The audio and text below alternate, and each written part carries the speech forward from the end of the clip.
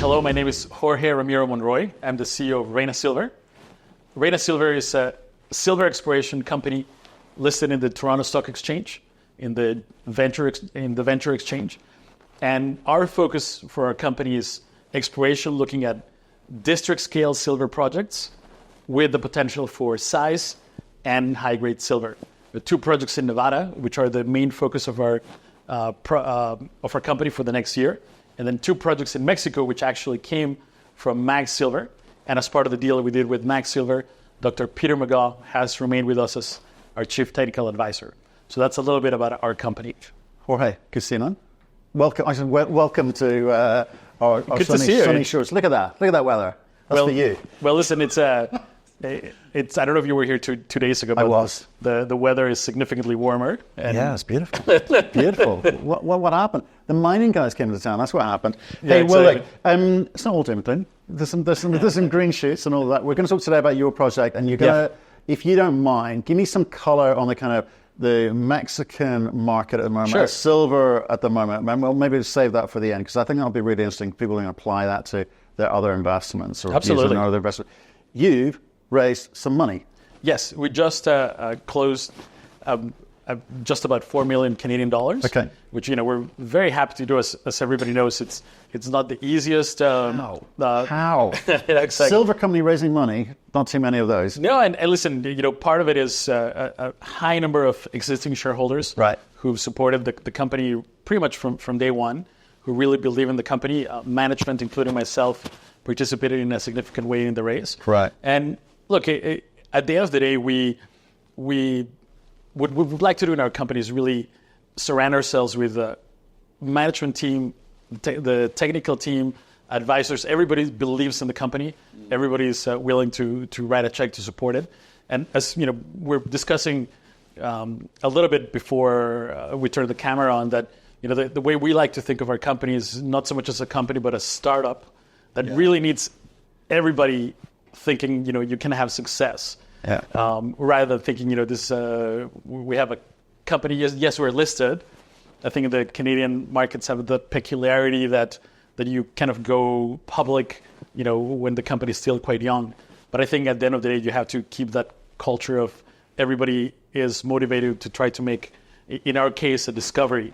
Which is the motor for our company. I kind of enjoyed that conversation before we started going. It was basically saying, you need to be entrepreneurial in mind, entrepreneurial in terms of the way that you spend capital as well. Because the unfortunate nature and the truth is, as an explorer, you're going to be raising money for a long time and hopefully creating value along the way, right? So that's what retail investors need to understand they're getting into, right? Let's come back to we'll go macro at the end, as I said. Let's talk about the money. Why now? Why so much, quite frankly, if I look at what some of your peers are doing, and what are you going to do with it? Absolutely. So the main focus for these summer is going to be our new project called Griffin. It's a project in Nevada that we acquired last November. And the reason we're focusing on that project is, even though it's the most recent project we acquired, it's by far the project that's more advanced in terms of the historic information. It's, again, science of the market, because the market is, it's not so strong. We were able to get a project that, frankly speaking, in a better market, we would not have had access to. Right. The other projects, the 2 projects in Mexico, we own 100%. The project in Nevada, we're very close to meeting our commitments to 100%. And there are projects we very much believe in, and we're going to keep working on them, but not drilling them. Right. We're going to really focus on Griffin for this season. Right. And one of the questions that you asked me, why so much? We really want to make sure that we keep the other projects moving as well.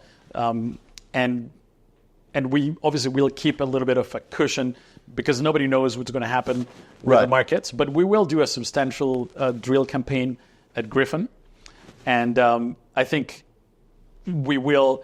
I'll tell a little bit about the project. Actually, I think my colleague Lauren Megaw has, in a previous episode, she's very spoken. Good. Yeah, she's great. Very well spoken, yeah. And not only that, but I mean, back to what we were talking about, that feeling of entrepreneurship. She really embodies that, like, believes in the projects. Her job is as investor relations, but she doesn't think of her job as like, this is just what I do. She's a bit more than that, I think. 100%. Yeah. And you know, the whole team has that spirit, and I'm very grateful to Lauren to bring that, because you need, you know, young people who really believe, you know, you can do something, have the energy. Our technical team has very much that same kind of okay, culture. So before we get into the specifics around Griffin, I need to be clear, because you're somewhere between like 15, 20 million, depending on what's happening at the time of the week, right?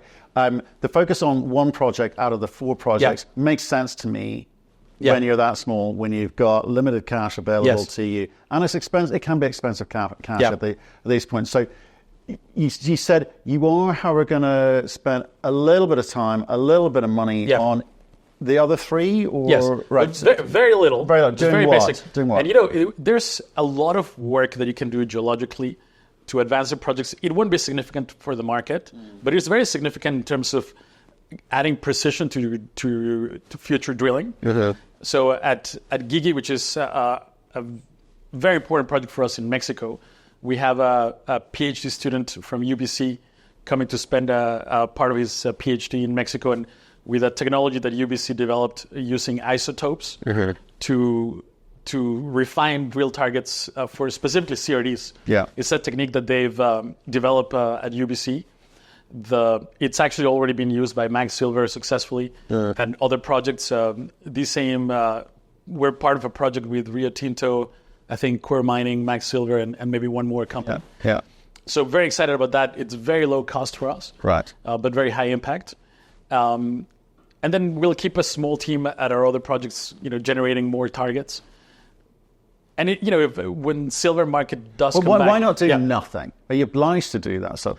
It's you're not obliged to do it, right? But it is like taking a minimum amount of capital, right? And at the same time, you know, we could do nothing, but it does seem like, you know, at some point we will walk into a market that will allow us to either because keep in mind, you always have the opportunity of having a JV partner, like one of the mid-tiers, one of the majors. On one of the assets. Correct. And that could unlock a lot of value, right? If all of a sudden you have a partner who you can show them, you know, we could have... Okay, I get it. So basically, on those 2 projects, minimal spend, but moving it forward with some basic, cheap...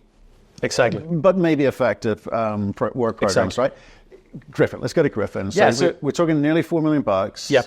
What's the best use of that money at Griffin? So Griffin, it's a very interesting project because it already has 12,000 meters of drilling. The first step we're taking is we're doing a 43-101, which will allow us to speak more freely about the information. It's a 43-101 compliant report, but not a resource.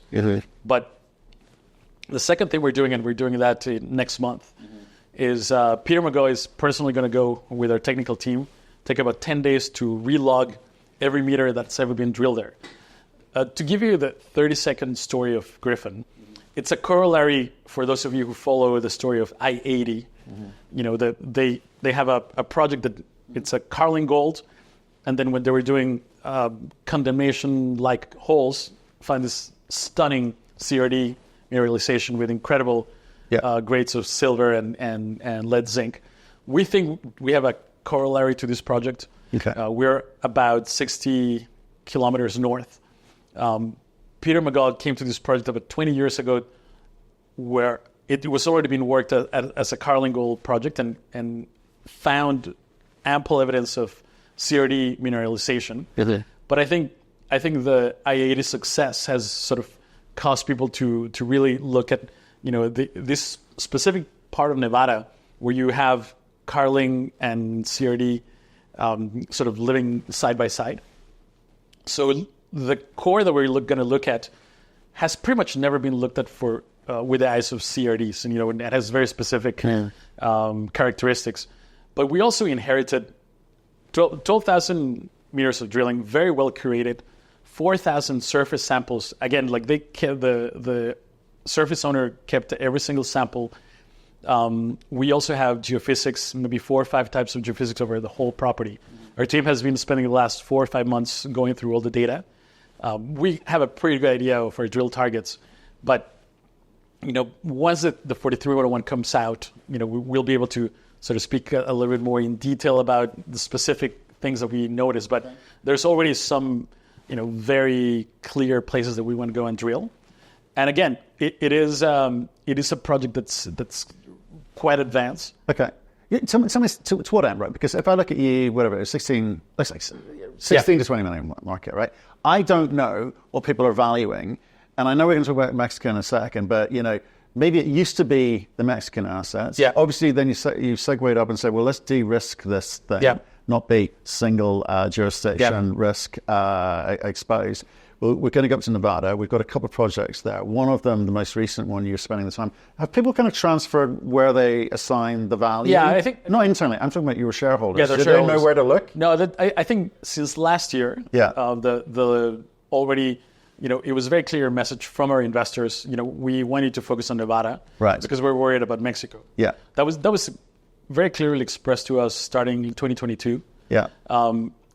Last year, we drilled both in Mexico and Nevada and had, I don't know if you saw the drill results, but very significant drill results in both. Yeah, so. But this year, it's fair to say there's a little more uncertainty because we have the election.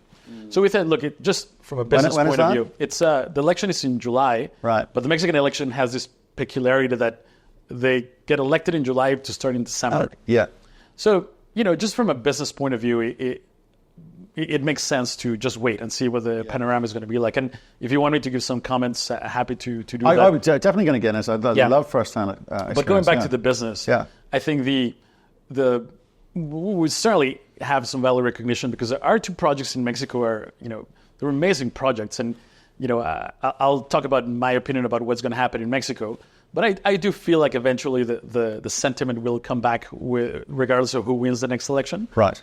And we'll get back. We'll have an opportunity to get back on those either ourselves or if the market remains the way it is now, we have the opportunity to bring a partner. But those projects are very much worthy of our attention. Will have some value. 100%. At some future even now. So so that's kind of a free ride, as it were. Yeah. So let's get back to Griffin in that case, right? So people are valuing your company based on what you've done. I think Griffin and Medicine Springs. But you're not doing anything with that. Not this summer, right? Unless we have kind of a different market, and we feel they're quite close to each other. Right. There's always the option that we could towards the end of the season. Okay, we're going to have to get into the silver market and Mexico now because I feel it's hampering some of my question abilities, right? So silver market, last 2 years, you guys have been spanked, every one of you, no matter how good you are, or not good you are, you're all being equally discounted, right? What's been happening? How do you see the silver market this year? I know it's hard to call commodity prices, but sentiment. No, is there any for silver at the moment? Yeah, it's really interesting. As you can imagine, I've spent the last 2 months talking to investors. Yeah. And the sentiment is actually not so bad. I think people intuitively, when you talk to fund managers, high net worth individuals, people intuitively think silver is cheap and it will have its day. People are kind of trying to time the bottom. People worry that it's not, the bottom is not already. I think from one perspective, people are frustrated because I think including all of us, if anybody had told you we're going to have 8% inflation in the U.S. and silver is going to go down, I don't think we would have believed it. Yeah. So I think that part is disappointing. But generally speaking, people haven't given up on silver yet, and I think people, the investor community in general, is they're definitely interested and the appetite is there. Yeah. But I think that there's also something to be said that investors don't have a lot of liquidity either. From the fund side, people have been facing redemptions. And then from high net worth individuals, the ones that have liquidity, a lot of them have given us a feedback saying, look, I can go and buy a bond that pays 12, 13, 14%. For now, I'm going to sit it out. Heck yeah. So what is it with these silver nuts? Because you're exactly. You're the most voracious, excitable of all commodity investors, like even more than gold bulls, and that's saying something, 100%. Right? More so in North America. More so in North America. I think in other parts of the world, it's a little bit more of a balanced view towards silver. That's comforting. That's comforting. But do you know what I mean? It kind of seems like the people who love silver love silver, right? But I, as a sort of rational investor, need to look at the silver market and going, it's if not now, when? Because this is meant to be prime time for silver and gold, and it hasn't been. No, this is a very good point. But I'm going to tell you, I think there's definitely a lot to be loved for silver. Good. Even for a rational person. I mean, when you're in the market, there's a few things to know. Obviously, maybe I won't talk about the macro because I think that's been covered enough. But when you look at the uses for silver, that's all growing. But then on a more fundamental level, on the mining side, there's very few projects. The last, if you look at the last 4 or 5 years, the big silver companies, Pan American Silver, First Majestic, they didn't go and buy silver projects. They used their silver premium, looked around. They're like, there's no silver projects, and went and bought. Fortuna Silver bought the project in Burkina Faso that was gold. Yeah. First Majestic bought Jarrett Canyon. Yeah. So on and so forth. So there is something to be said that there is certainly a need to make new silver discoveries. And that's a very genuine, it's not good, regardless of whether the silver market is there or not. Okay, so this helps the discussion, I think, because you need a market like this to because there's so many silver stories. I mean, it was insane. It felt like there were too many Canadian-owned Mexican silver stories. I don't know where to look. You guys just say the same thing. Yeah. You're all trying to do the same thing, and maybe it needs to kind of clear out. There's a case to be made for that, but even in that case, even the last 3 years where a number of new silver companies came forth, I mean, a lot of them certainly didn't survive, but even in that case, there weren't, when you look at it, it's not that many, like maybe a top 30 companies.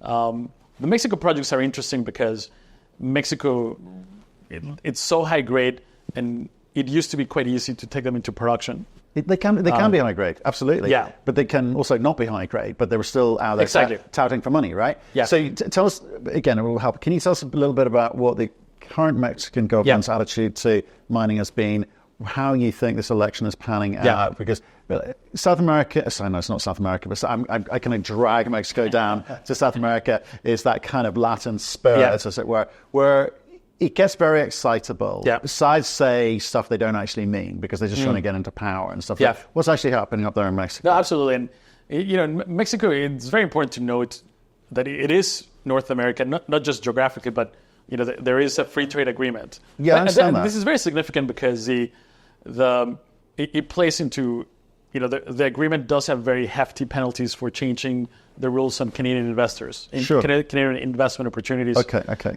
Which is very much basically this president is on his last few months. The election is in July. He hasn't actually changed anything too dramatically for mining. Sure. He did propose a new law that got passed. However, because he did it in the middle of the night without the opposition, it's very likely to get strike out by the Supreme Court. Okay. In addition to that, the majority of Mexican silver companies, the majority of Mexican mining companies in the TSX, with a little bit of the support of the Canadian Chamber of Commerce and the local Chamber of Commerce, we all put in an injunction with different judges. And the majority of us have been granted an injunction that basically allows us to, even if they do pass this law, most of us will be under the grandfathered. Okay. But what I'm told is that there's a very big chance that law doesn't get passed. That law didn't have anything particularly concerning. It reduced, I mean, it's not great any time that you make anything less competitive. Yeah. But let's say that it basically called for shorter, instead of 50 years, 30 years on the license, consultations with the local communities. It basically moving towards the direction of, the way things are in Canada. Yeah. In Mexico, it's always the reason it's done so well for so many years is because, you could put something in production in less than a year. So that's unlikely to be the case. But so that happened mostly in 2022, 2023. In the last few weeks, I think 2 or 3 weeks ago, he put out another law proposal to the Senate where he's actually calling for a ban on open pit mining. That's obviously more concerning. Sure. But in one of his press conferences, the president already admitted that he doesn't think he'll have the votes for that law, and that really the reason he put it in was he literally said I'm putting this law so that voters know that this is my stance. This is what our party stands for. Right. And if we won't pass, we understand we might not pass in this session, but for the new president and the new party. So now you have an election with two candidates, one from the previous ruling party, one from the ruling party. They're both women. The leading candidate from the current party is the mayor of Mexico City. I mean, she stepped out of being the mayor to run, but she was the mayor of Mexico City. It's a little bit uncertain what will happen with the election. Yeah. But the worst case scenario is that it will be a little bit more like this, where there'll be just a little bit of definitely a degrading of the regime for investing, specifically to Reyna Silver and to the majority of silver exploration companies. 95% of the silver projects in Mexico are underground. So I don't think we'll see too big of a negative. Okay. Now, copper and a lot of open pit gold, if they really ban open pit mining, that's very significant. It's a big problem. I don't know. I don't have a good sense of whether it's political points or they generally want to ban open pit mining. That would be the one thing to watch for.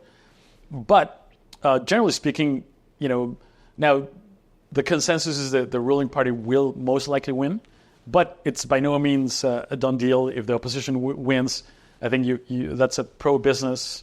And then about party. And then the other thing I will just point out is, Mexico is having a really interesting macro moment in the sense of, it's last year was the biggest year of foreign investment into Mexico. Mm-hmm. And the driver for that is the nearshoring and the integration. If anybody has time to look at the NAFTA that was signed during the last, I guess it was 4 or 5 years ago, it did become very beneficial to Canada, Mexico, and the U.S. In the sense that manufacturing, 70% of the total content has to come from North America. Mm-hmm. So Mexico is taking significant business from China. Right. And the country is really booming despite all the, crime and this government is definitely, it's interesting. It's not, because you brought this point, that it's not a South American style socialist. He's actually, fiscally very conservative. Right. It's more a populist. The president has the current guy. Right, but who he took over from wasn't so much like that. It's Mexico has always been very sort of centrist. Yeah. And very pro-business. Like it's actually amazing. Like I get the opportunity to operate mining projects in Mexico, U.S., Canada. Mexico is honestly much easier to do business. But people say that about Santiago and Chile, right? But the reality is we saw what happened in Chile for about 3 years, right? So that's why I say that the sentiment is really, really important. The reality may be somewhat different, right? But sentiment is not good. Right. And that's my point of why I'm dragging Mexico down into that kind of socialist agenda, or certainly socialist And that's narrative. One of the big mistakes from our government is, because he does say politically expedient things. Great vote-winning machine. Correct. Well done, you. But the investor is only looking at the headlights. Correct. I'm taking my money out. And fair enough. I would do the same if you hear the same thing from any country. Well, you kind of effectively have, because you said, our Mexican assets are just parked up for now until the clarity arrives after the election, and maybe even the new government get into place in December. Yes. And that's fine. And there's a whole bunch of other stuff which I think people want to get certainty on, like who the hell's going to win the U.S. election? Because that's going to affect the sentiment and behavior of the Fed as well. So for precious metals, that's a big deal. Your focus is Nevada. I think it's the right call. You've raised the money to do what you're going to need to do. I think that's the right move from you guys again. And when people start attributing value to you, goodness only knows, right? Yeah. I'm kind of then interested in terms of how you behave in terms of reacting to the market, because if we've kind of got a year like last year, oh my goodness, that's a tough one, right? It's tough. So why are you more likely to survive, let alone win, and get to where you want to be? Yeah, there's a couple of things. One of them is, even in this tough market, the market has rewarded companies that have made discoveries quite handsomely. Right. There is the area where we're in Nevada is one where specifically there's so much attention from the mid-tiers and the majors. Right. I think you just saw Orla acquired, what is this company called 2 days ago? I think it was Contact Gold? I think it is. I've been traveling. I'm just so out of touch. But, there's, and then you saw what happened, not in Nevada, but sort of similar in Idaho with Hercules mining. Yeah. The market will reward you for discoveries. Tom's going to look it up. And, okay, great. So what's the question, Tom? It's Orla. I'm pretty sure it was contact gold, but maybe if you don't mind checking. I like this. A nice organic, real meeting we're having now. Yeah, exactly. But yeah, so the market will reward you, and that's one of the impetus why we don't just want to stay still. People haven't trusted us with their money just so that we can move the projects forward. We have an answer for you. All the money to acquire contact. Genius. Yeah, you look really smart now. Yeah, exactly. And no, but listen, it's and then it is a time where we're realizing, during this year we will focus a lot on our 4 projects, inviting the mid-tiers and the majors and other strategics to look at the projects, see if there's an opportunity for JV on one of the assets. Because then you're moving forward the projects. Yeah, it's going to need something like that, isn't it? Yeah. You're going to need to be nimble. I've seen companies in the last year do some really dumb stuff like that. Right. I'm a gold company, but now I'm going to be a lithium company. Yeah. Dumb. Because you're just knee-jerking to try and survive, right? And I've seen some... I'm trying to work out if they'll be smart. Is like, okay, we have not been able to make a discovery, folks. We're now going to be a prospect generator. Could think of us in that way, and that gives you a bit more time. But your growth potential and it has been we don't like, shot at the knees. Be very clear, right? we don't like the prospect generator model. I hear you. It's it's people. I'm saying people are having to change something to ensure success. You're saying, well, we've got 4 projects. Yep. There's potential for each one of them, optionality with each one of those. Yep. At a certain time, but we're going to advance our most likely Correct. in the shape of Griffin. But you are going to need a discovery. Do you get 100%. 100%. And I mean, we've had a degree of discovery in all our projects already. But what you need is a big discovery like the ones that the other companies have. That's the only thing like that a really Hercules. Exactly. Nice. And we do think we have that potential. I think to your question, why our company is valued. A lot of it has to do with the intellectual capital that, Peter Megaw and the team that we have assembled. We, in terms of CRDs, I don't think there's a team out there that has seen more CRD rocks throughout their careers. Our technical, our like 3 main technical guys have been with Peter for the entire career, been part of the discoveries with Max Silver. So I think we have a legitimately doing the right things. Right. It's especially for the type of deposit that we're looking for. Yeah. We couldn't have a better technical team. We're taking the right steps. We have the support from our shareholders. Our market cap, yes, has suffered, but in relative terms, we didn't suffer as much as the other companies. Sure. So while it's painful to do a financing at these prices, we didn't go down as much as the other as our peer group. Right. Okay. So it sort of still gives you the opportunity to without going crazy, like do a robust program and we're looking for that discovery. Yeah, okay, good. Right team with the capital to actually get after it and hopefully make a discovery. Appreciate your time, Jorge. Thank you very much. I know you're great busy to see out you. there. I haven't seen you since COVID, and so it's very good to see you again. I know. In person. I think we're both thinner and better looking. Maybe you. Appreciate your time. See you soon. Yeah, good to see you. See you later. Take care.